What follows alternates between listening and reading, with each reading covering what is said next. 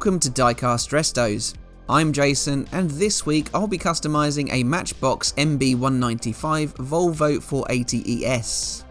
These had a very short life in the rest of world and laser wheels Matchbox ranges between 1988 and 1990. It never saw a US mainline release, similar to the fate of the real car, but more on that later. Owing to its short run, all mainline cars were painted white with a dark grey base. They had Volvo printed on the bonnets, though this was deleted for the 89 and 90 releases. I'll be customising my car to reflect this, a 1992 limited edition in two-tone green and silver. And I'll be pairing it with these excellent Borbet A rims that are fairly close at this scale to Volvo's own 5-spokes. These came from Creative 164, and as always I'll leave a link to the store in the video description. So the Volvo 480 casting replaced the 1983 Corvette at MB69 in the rest of world mainline for 1988. Models were usually produced in Macau, though some 1990 releases were made in China. All, including the laser wheels cars, had a grey plastic interior and dark tinted windows. The laser wheels came with the reflective disc wheels in place of the standard 8 dots. Its bodywork was painted a light metallic silver, though it retained its dark grey base. It had dark and light green block tampos patterned across the car, with Volvo printed on the roof and 480 on the bonnet. This was numbered LW30 in the short run series. For 1990, it was replaced by the highway maintenance vehicle. The real Volvo 480 is an interesting car, being the first front-wheel drive offering from Volvo and was the only Volvo to feature pop-up headlights.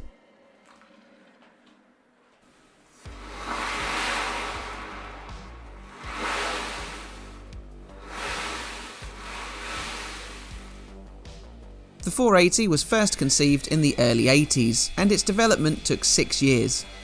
Its press launch came in October 1985, but it wasn't until March 1986 at the Geneva Motor Show that it went on public display. Its sleek hatch body, which falls somewhere between a liftback and an estate, was a move away from Volvo's traditionally boxy designs. It was considered a successor to the 1972 P1800 ES and a precursor to the 2006 C30.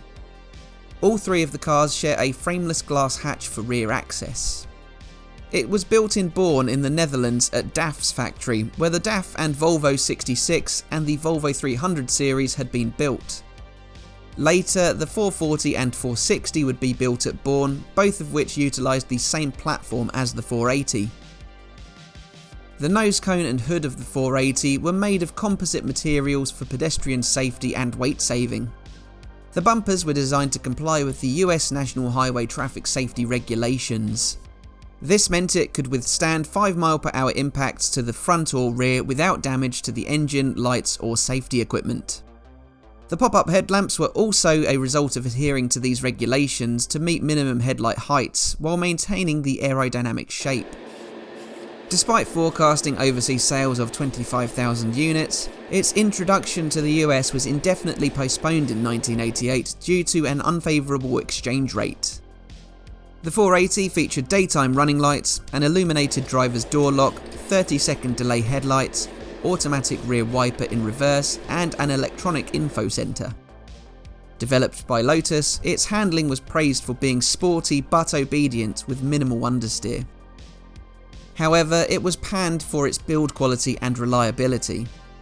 It was powered by a 1.7 litre Renault engine which produced 109 horsepower, later 102 once catalysed. A turbo option was available from 1987 which produced up to 122 horsepower, while a naturally aspirated 2 litre Renault engine was available for the final 3 years of production, producing 110 horsepower. It had a 5-speed manual gearbox from Renault or a ZF 4-speed automatic transmission. There were a number of special edition 480s released. First, the Paris Blue Limited Edition was released to celebrate a new colour option. This had turquoise trim inserts and a turquoise and grey interior. This came in 1991 when the first colour-coded bumpers became available. Until now, bumpers had been grey plastic. The two-tone limited edition I'm basing my custom on took advantage of these new colour-coded bumpers.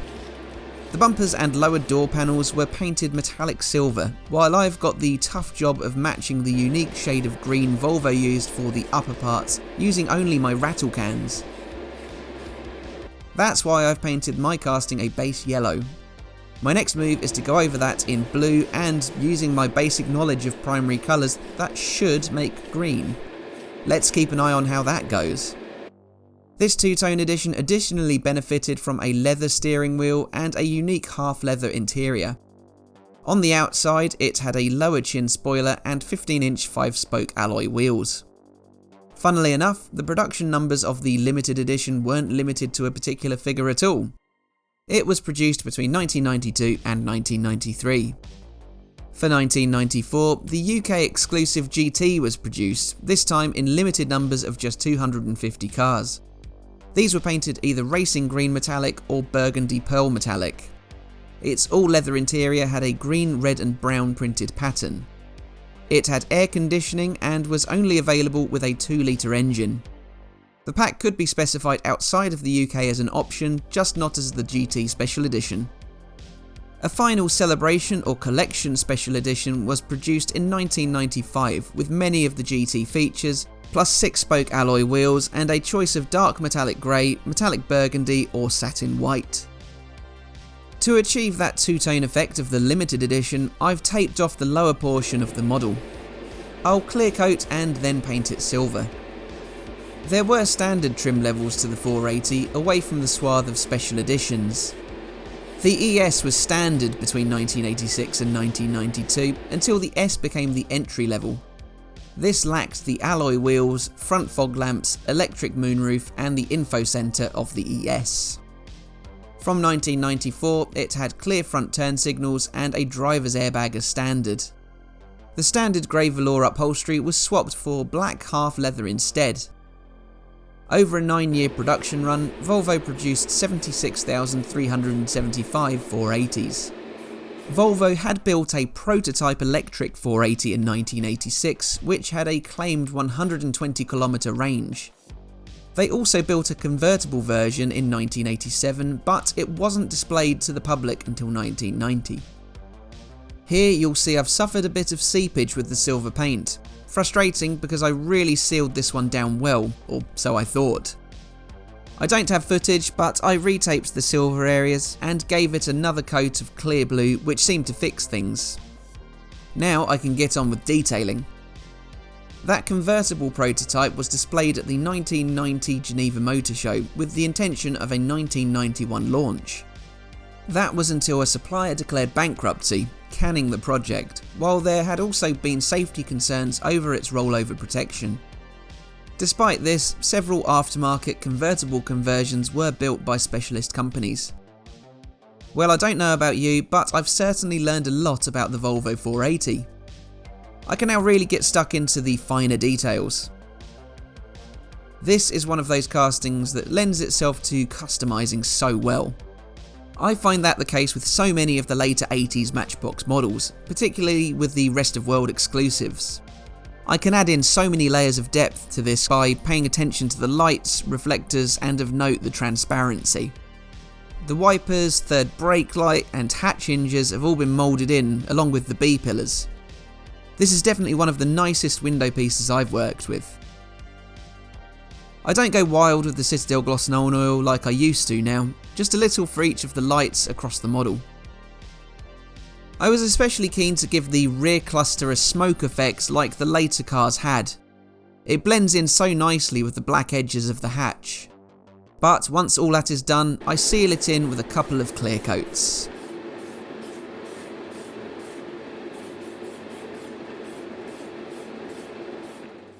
So now let's put this Volvo back together. I left enough of a burr on the rivet post that held the window piece in to allow it to push back over it again. That holds it in position nicely. My interior with its minor modifications goes in next. Then the base slots in at the rear and lines up with the rivet post at the front. It's sealed shut with a 3mm M2 laptop screw.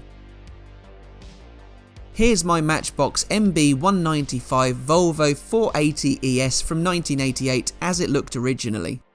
It's a wonderful casting and one that was in a played with state, offering itself perfectly for a good customization.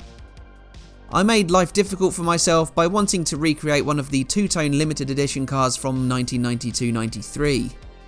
I had to mix my rattle cam paints to recreate this unique shade and picked up some near perfect wheels to go with.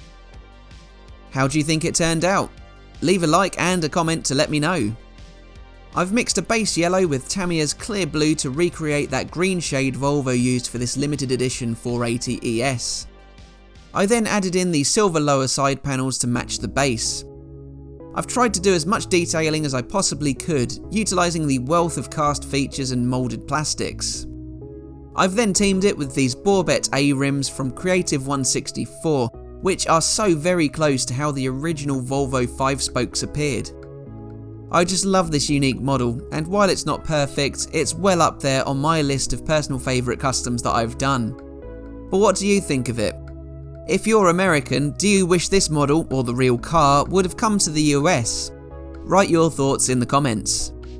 Please subscribe if you haven't yet done so, but all that leaves me to say is thanks for watching and I'll see you again for the next one. Bye for now.